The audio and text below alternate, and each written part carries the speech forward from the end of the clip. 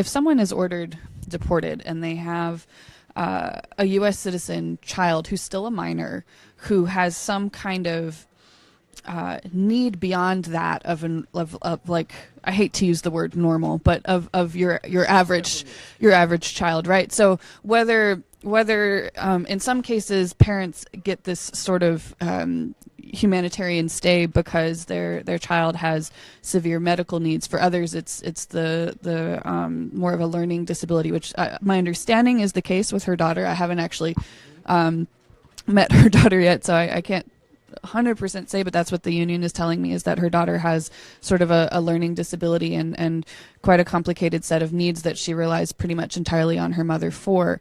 And so, let alone that she's 8 years old. well, yes, also 8 years old. And so that's how her mother has been able to stay here in the U.S., even though she was already, in the immigration court system back in like 2009, 2010, right around in that area.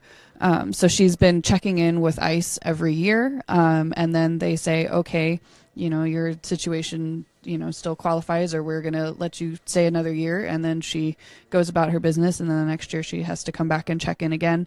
And under the last administration, those were pretty routine things that just continued. And with the executive order from January that placed an increased emphasis on removing people who already have removal orders. So if a judge has said this person should be deported, there's sort of a focus now on removing everyone in that category. She came to the U.S. in, I believe, 1993 with her husband and their then one child.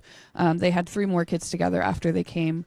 And in 2009, both of them were charged with perjury for lying on a DMV application. If you'll recall, the law that allows unauthorized immigrants to get driver's licenses came after that. So I don't know the details of exactly what was the discrepancy on the application.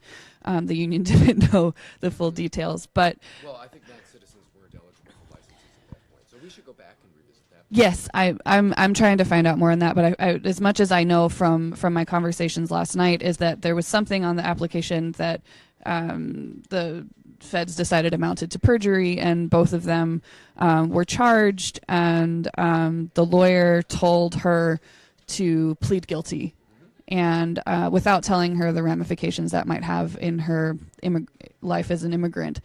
And so her husband. We don't know that she was not guilty, right? We don't know all the details of that. She's been trying to sort of reopen that case and look at the facts again, and sort of pushing for that, sort of in this, like, I was misadvised by this attorney who didn't tell me, like, if you do this, you're going to have these other ramifications.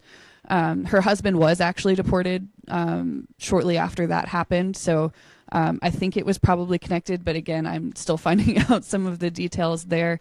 So she's been raising their kids alone here since then.